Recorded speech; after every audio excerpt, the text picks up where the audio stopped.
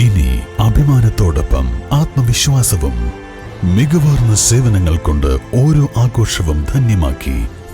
Lanora, Pandikkad road, Wandoor. മഞ്ഞപ്പിത്തം പടർന്നു പിടിക്കുന്ന സാഹചര്യത്തിൽ എടക്കര ടൗണിൽ മസാല സോഡ ഉൾപ്പെടെയുള്ള പ്രത്യേക പാനീയങ്ങളുടെ വിൽപ്പന നിരോധിച്ചു. റമദാൻ ആരംഭിച്ചതിനു ശേഷമാണ് ഇത്തരം പാനീയങ്ങളുടെ വിൽപ്പന ടൗണിന്റെ വിവിധ ഭാഗങ്ങളിൽ ആരംഭിച്ചത്. ഇത്തരം വിൽപ്പന കേന്ദ്രങ്ങളിൽ ഗ്രാമപഞ്ചായത്ത്, ആരോഗ്യവകുപ്പ്, പോലീസ് എന്നിവർ സംയുക്തമായി പരിശോധന നടത്തി. ആരോഗ്യ പ്രശ്നങ്ങൾക്ക് സാധ്യതയുണ്ടെന്ന കണ്ടെത്തലിലാണ് ഗ്രാമപഞ്ചായത്ത് ഇത്തരം വിൽപ്പനയ്ക്ക് നിരോധനം ഏർപ്പെടുത്തിയത്. ചൊവ്വാഴ്ച രാത്രിയിലായിരുന്നു വിൽപ്പന കേന്ദ്രങ്ങളിൽ ആരോഗ്യവകുപ്പ്, ഗ്രാമപഞ്ചായത്ത് അധികൃതർ എന്നിവർ സംയുക്ത പരിശോധന നടത്തിയത്. കച്ചവടങ്ങൾ പലതും വൃത്തിഹീനമായാണ് പ്രവർത്തിച്ചിരുന്നതെന്ന് കരുനെച്ചി കുടുംബാരോഗ്യ കേന്ദ്രം മെഡിക്കൽ ഓഫീസർ ഡോക്ടർ KM അമീൻ ഫൈസൽ പറഞ്ഞു. വഴിയോരത്തുള്ള കച്ചവടങ്ങൾ, മസാല സോഡ, അതേപോലെ ഫുൾജാർ സോഡ, ഇങ്ങനെയുള്ള കളറുകൾക്കുള്ള സാധനങ്ങൾ, അതേപോലെ കൂടുതൽ ഉപ്പും മുളകും ഇട്ടുള്ള സാധനങ്ങൾ ഈ വഴിയോരത്ത് വേണ്ടത്ര വാട്ടർ സപ്ലൈ ഇല്ലാത്ത സ്ഥലത്ത് കച്ചവടം ചെയ്യുന്നതാണ് നിരോധിച്ചിട്ടുള്ളത്.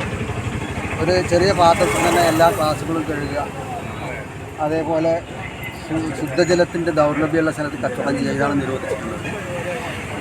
ഈ മസാല സോഡ, അതേപോലെ തന്നെ ജീരക സോഡ, ഇങ്ങനെ സ്റ്റെബിലൈസേഴ്സും അതേപോലെ തന്നെ എസൻസുകളൊക്കെ ഉള്ള സാധനങ്ങൾ, കൂടുതൽ എരിവുള്ള സാധനങ്ങൾ, ഉപ്പ് കൂടുതലുള്ള സാധനങ്ങൾ, ഇതൊക്കെ ഈ നോമ്പുകാലത്ത് വർജിക്കപ്പെടേണ്ടതാണ്.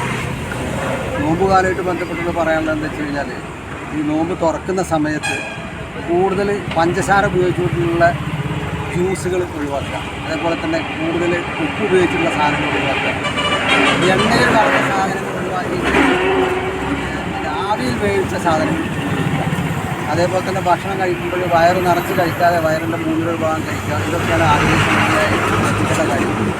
ഗ്രാമപഞ്ചായത്ത് secretary KK Radhakrishnan, junior health inspector Joju Varghese, civil police officer B Anoop എന്നിവരും പരിശോധനയിൽ പങ്കെടുത്തു. East live, Edakkara.